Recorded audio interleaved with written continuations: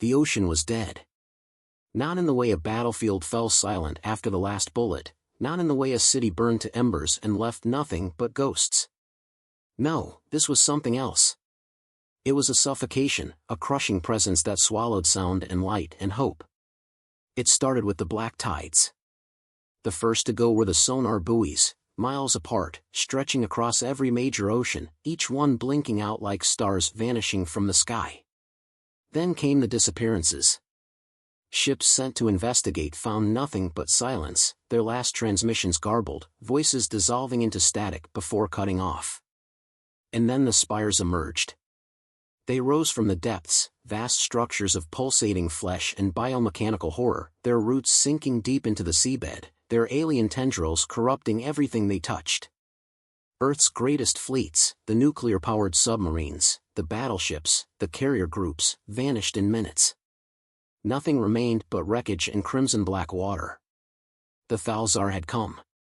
Not as invaders. As conquerors. The oceans were theirs, they declared. Their sacred dominion. Humanity had no place in the deep. No right to exist beneath the waves. They did not issue demands. They did not ask for surrender.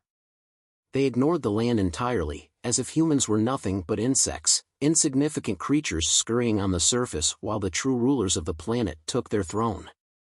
Admiral Dorian Graves watched the footage in silence. He didn't react when the final images played, the USS Harbinger, torn in half like paper, the glimpses of writhing creatures wrapping around its hull, the last panicked screams of the crew before the feed cut to black. He didn't react when the room full of officials, presidents, generals, admirals, argued over the best course of action. Nuclear options were tossed around. Orbital strikes. Maybe even full evacuation of coastal cities. It didn't matter. They were talking in circles, pretending they had options when the truth was simple. They had already lost the ocean. He leaned back in his chair, arms crossed, his scarred knuckles tightening. They had come for him out of desperation, scraping the bottom of the barrel, resurrecting the ghosts they had buried. 5 years in exile, locked away on a dead-end island, a legend-turned pariah, because he had seen what lurked in the abyss and survived.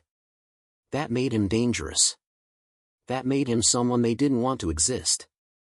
Until now. Admiral Graves. The Secretary of Defense turned toward him, frustration clear on his face. I assume you have something to add? Graves exhaled, rubbing his temple. You're all asking the wrong question. The room went silent. He stood, pacing toward the massive screen displaying the last known mapping of Earth's oceans before the Thalzar took control. His voice was calm, but there was an edge beneath it, a barely restrained contempt. You're treating this like a territorial dispute. You're still thinking like humans.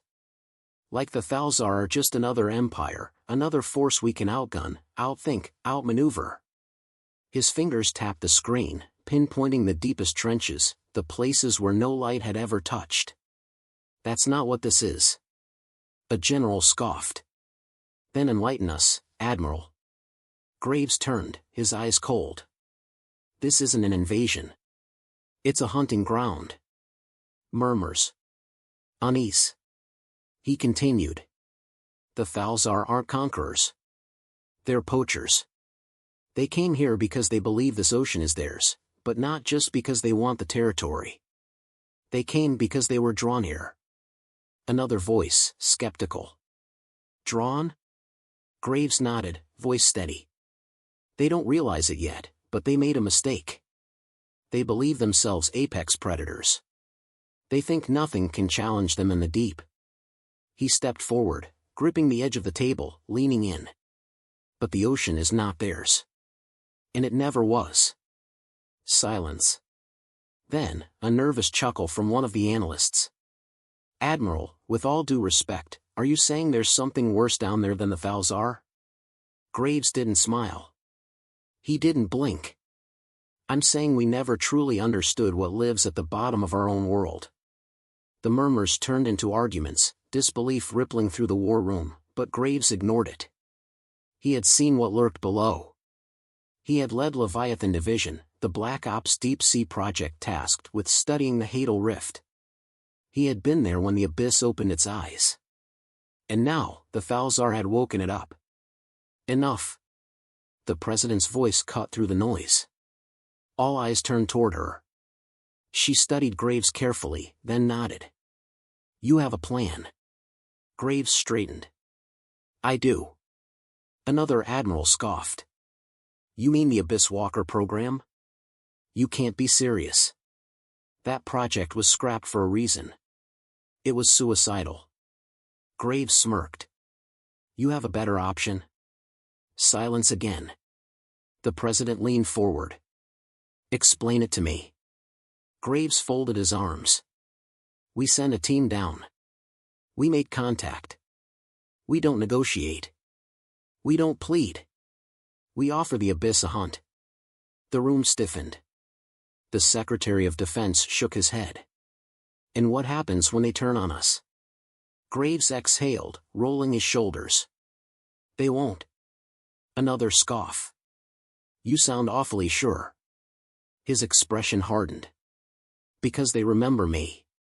The mission was authorized within the hour. Graves took command of Earth's last deep-sea war fleet, a dying breed of vessels built for a war that never came. He handpicked his crew, specialists who had survived the impossible, men who had stared into the abyss and hadn't flinched. They boarded the Abyss Walker, a classified war submarine designed for one purpose, to reach depths no human had ever returned from. The moment they crossed the black tides, the ocean went silent. No radio. No sonar. Just the crushing weight of something watching. They descended. Deeper than the Falzar fortresses, deeper than where their biomechanical roots had spread. The abyss stirred. Time warped. The water pulsed, like something vast and unseen had just taken a breath. One of the crew muttered, voice trembling.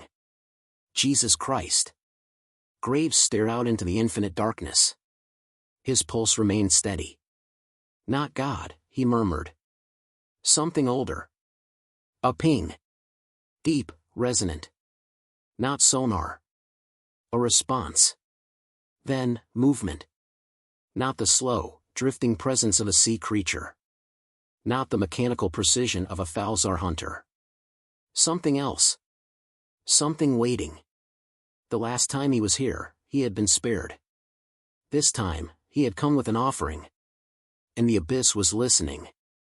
The Abyss Walker plunged deeper into the darkness, past the point where light had ever touched, past where even the Falzar had dared to root their biomechanical spires.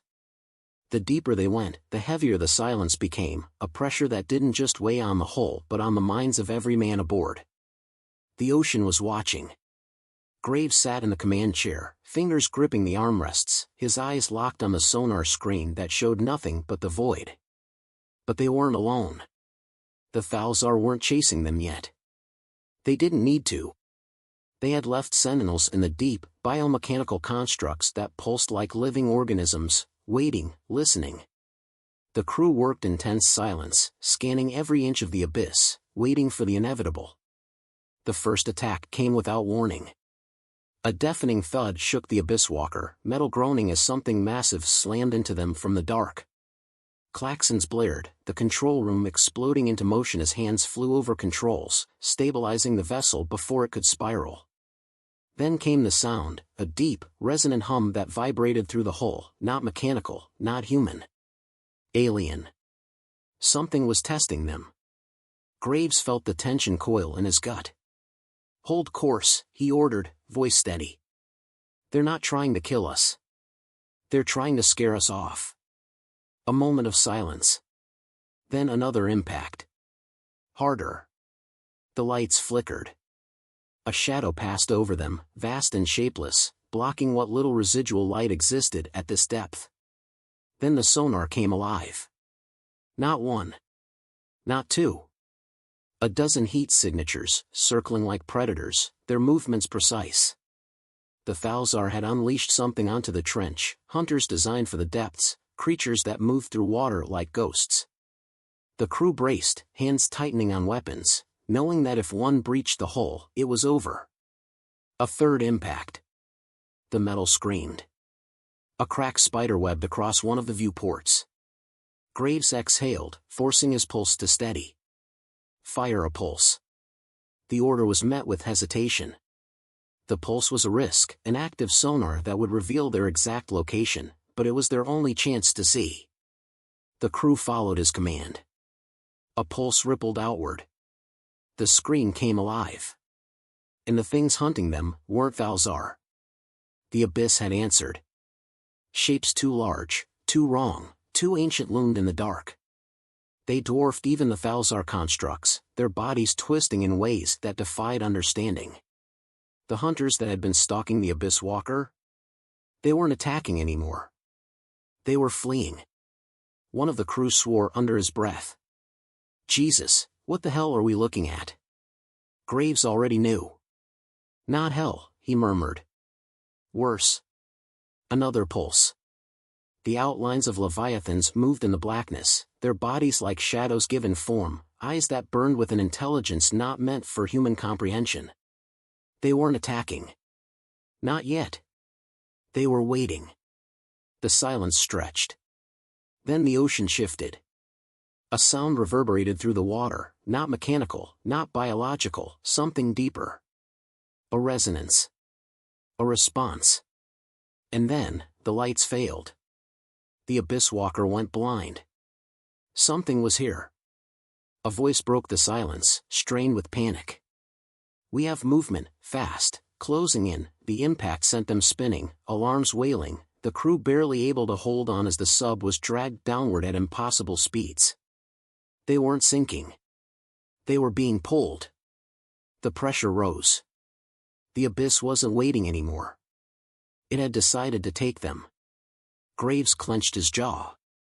He had been here before. The difference was, last time, he had nothing to offer. This time, he had prey. Open the comms, he ordered. A hesitant glance from the comms officer, but the channel was opened. Graves leaned forward, his voice steady despite the chaos. You spared me once. You didn't need to. That means you knew. The ship lurched, the grip around them tightening. The abyss was listening. The Thalzar think they own your home.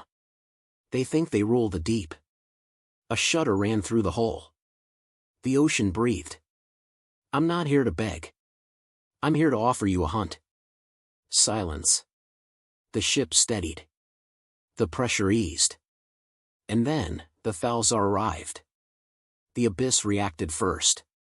The water itself rippled, something vast moving below them, a force waking from slumber. The Thalzar ships tore through the water, biomechanical forms twisting, their weapons primed. They didn't see what was beneath them. They didn't realize. Not until it was too late. The first Leviathan struck. A shape the size of a city erupted from the trench, its body breaking every law of biology, its presence warping the ocean around it. The Thalzar didn't stand a chance. The first warship was crushed in an instant, wrapped in tendrils of abyssal flesh, dragged into the dark. Another vanished in a maelstrom of teeth, a thing that had no eyes, no recognizable form, only hunger.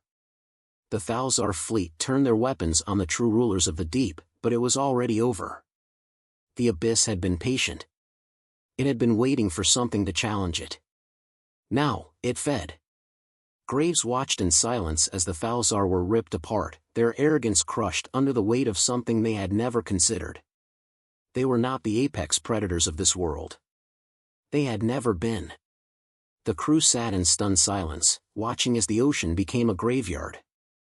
One of the officers whispered, "It worked. We actually did it."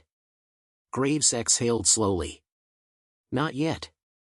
He was right. The abyss hadn't stopped moving. The Leviathans weren't finished. The Thalzar had been an offering, but now, something else had their attention. The surface. The creatures turned their eyes upward. The ocean shifted, as if preparing to rise. Graves clenched his jaw. He had known this was a risk. That in waking the abyss, he might have doomed the rest of the world. The creatures that ruled the deep had never cared about land. Until now. A decision had to be made. Prepare the payload, he ordered. The crew hesitated. Sir, if we detonate at this depth, I know. The command was followed. The device was armed. A stolen Thalzar warhead, infused with the same energy they had used to corrupt the ocean. Graves had no idea if it would work. He only knew one thing.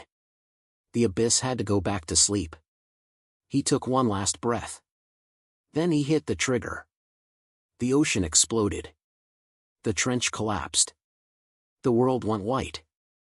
The Abyss Walker was thrown into chaos, alarms screaming as the shockwave sent them hurtling.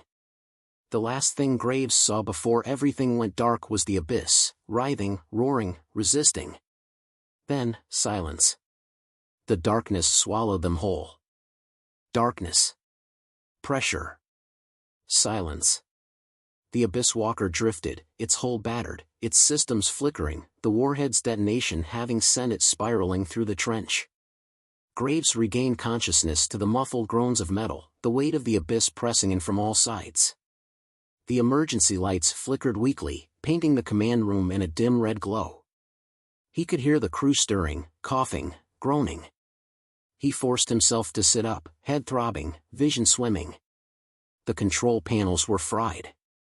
The comms were silent. They were sinking. Fast. A voice cut through the haze. Status report. It was Carter, his second in command, voice raw, barely holding it together. Another voice answered, strained. Hull integrity compromised. Power failing across all decks. We're still dropping. Someone cursed. Christ. How deep does this go? Graves swallowed the bile rising in his throat. They had detonated the warhead at the lowest point they could reach, right above the rift. But the explosion had done more than just collapse part of the trench. It had woken something deeper. He gritted his teeth. Get the backup generators online. We need to stabilize. A frantic scuffle of hands over controls. Then a crackle as auxiliary power surged through the ship. The lights steadied, barely. The sonar flickered back to life. Graves wished it hadn't.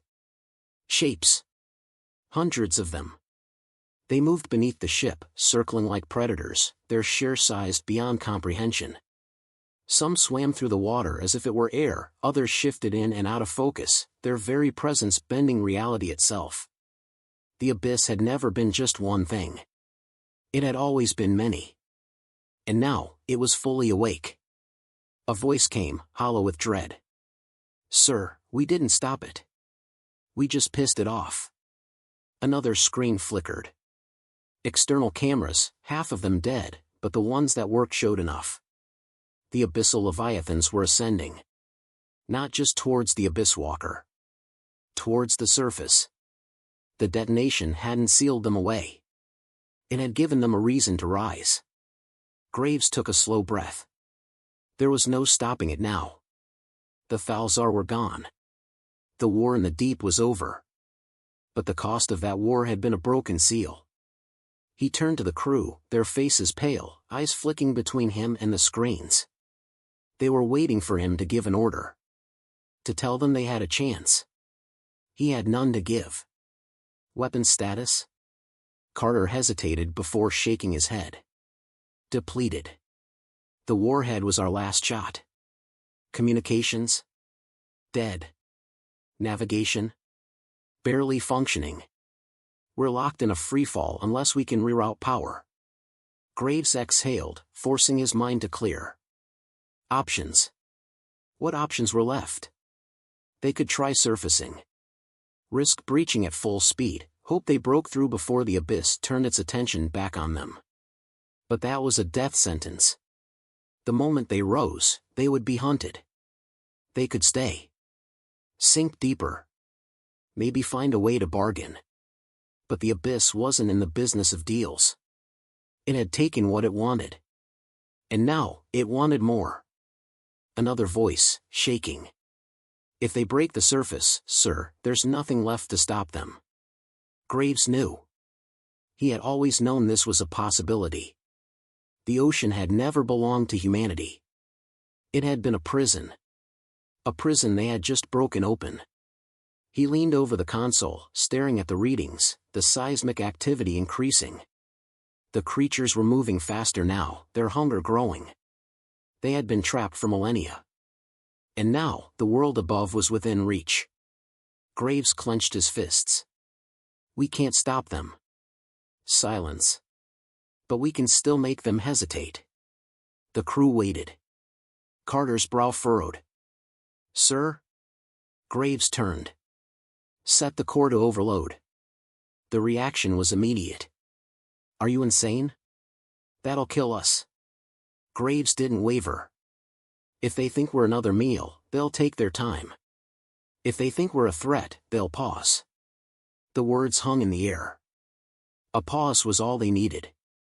A pause meant the world above had time to prepare. One of the engineers whispered, even if we do this, how the hell do we get out? Graves' expression darkened. We don't. Another silence. Then Carter nodded, jaw tightening. I'm with you. The others followed. No arguments. No hesitation. Because they all understood. This wasn't just survival anymore. It was containment. The command was given.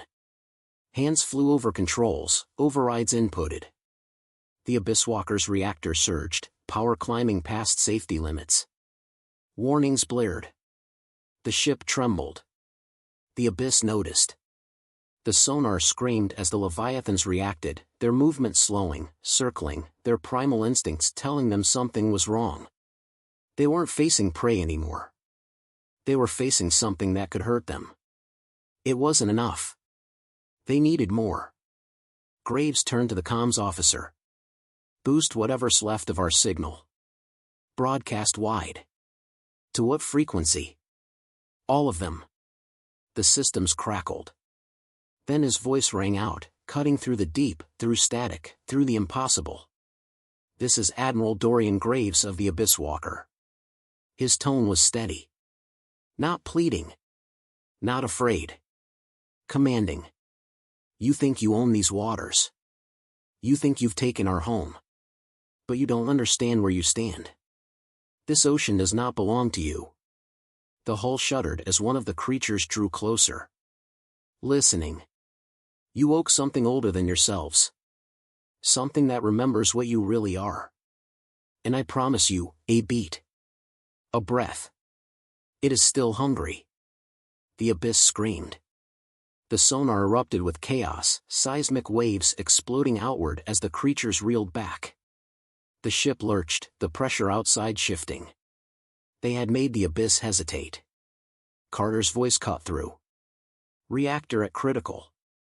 We have minutes. Graves exhaled. Then we make them count. The Abyss Walker shook, metal groaning as something massive slammed into them, but this time, it wasn't an attack. It was fear. The Abyss was rejecting them. Graves clenched his fists. He had gambled everything on one truth. That the Abyss did not fear predators. It feared equals. And the Abyss Walker had become something else. Brace. The reactor surged. The ship roared. And the deep collapsed around them. The Abyss Walker roared as the core surged beyond critical limits, the vessel trembling under its own power. The ocean around them twisted, pressure distorting in unnatural ways.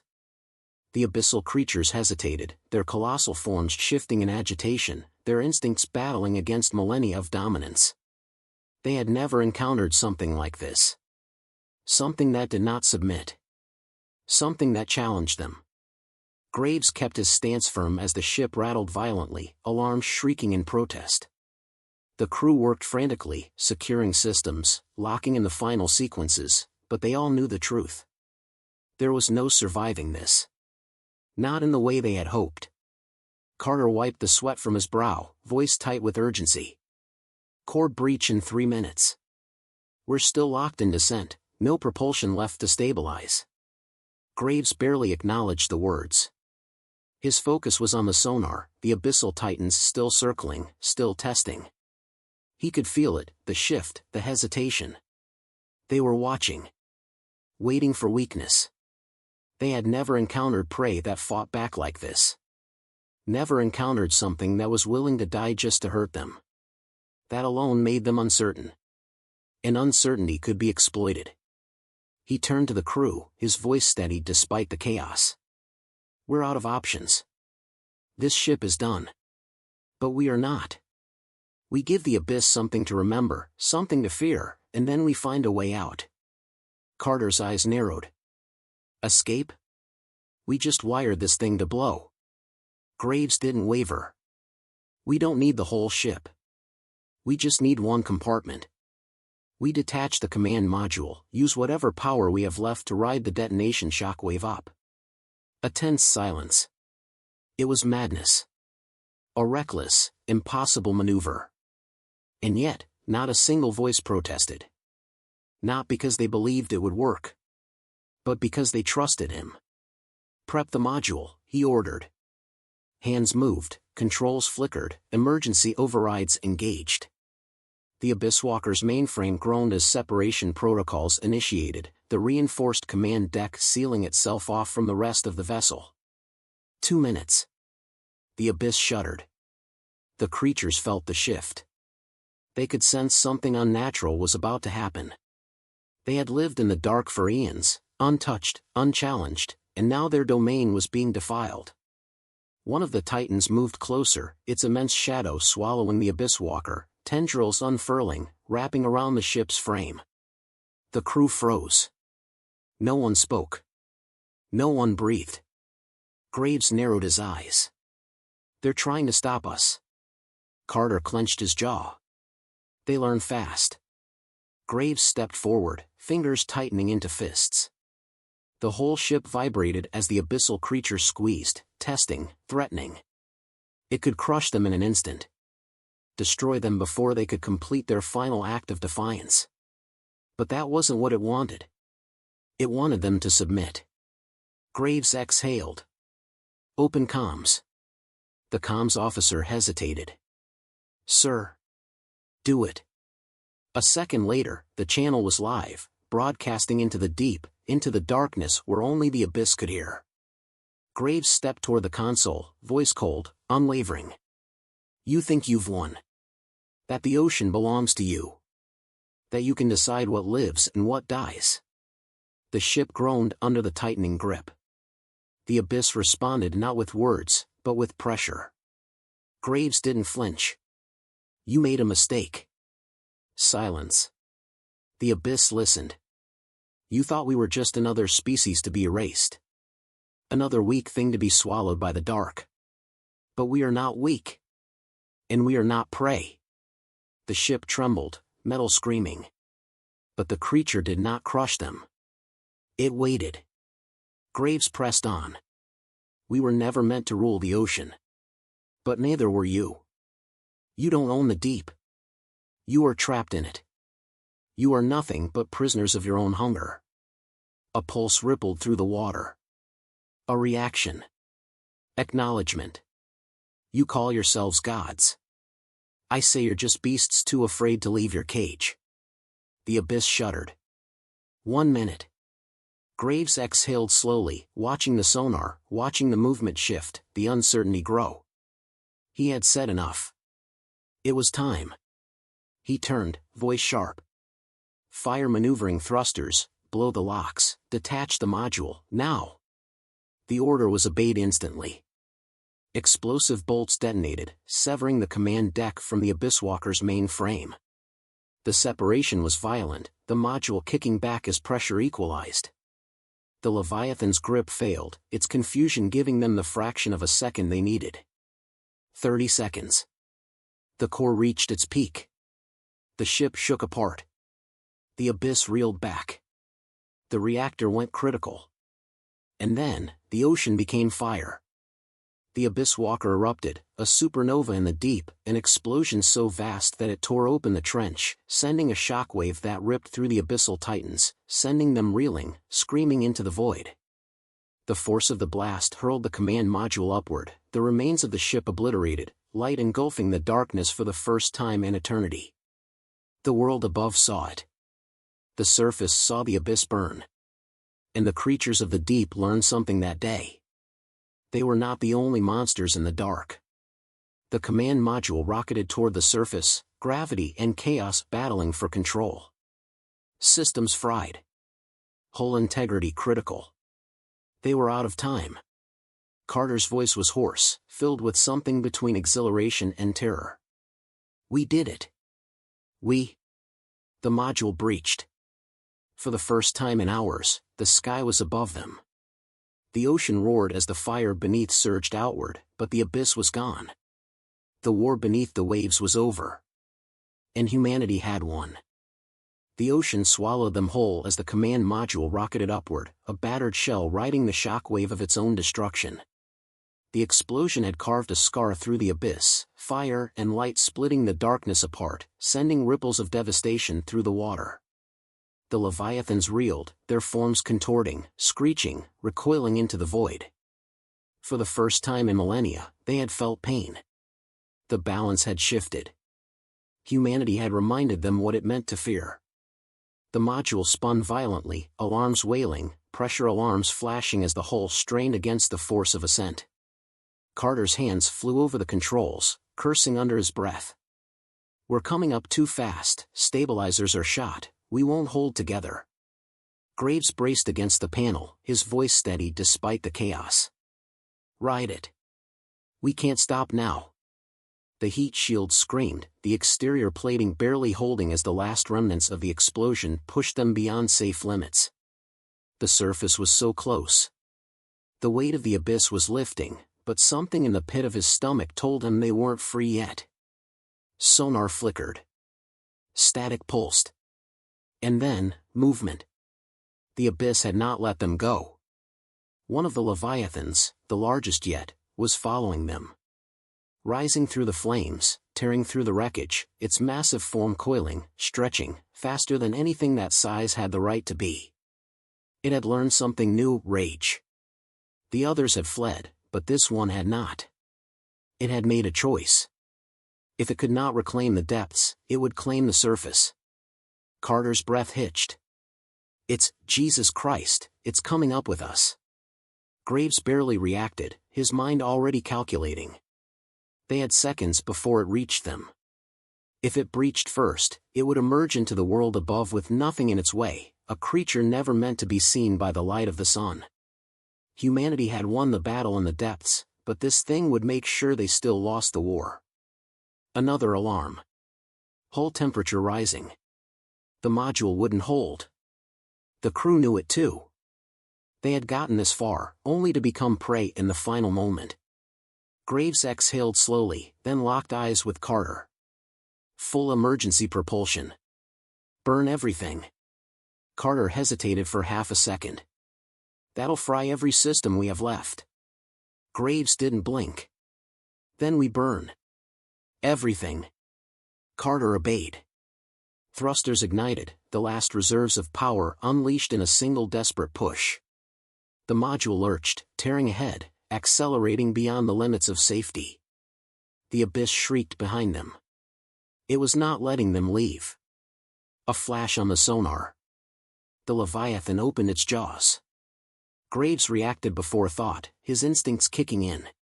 He lunged, yanking a manual override, disengaging the outer hull plating. The external shell of the module peeled away, a final offering to the monster that was too close, too fast, too determined. The Leviathan took the bait. It struck, closing its enormous maw over the debris, the impact sending it into a momentary spiral. That moment was all they needed. The module breached the final barrier, bursting into open air. And then they were flying.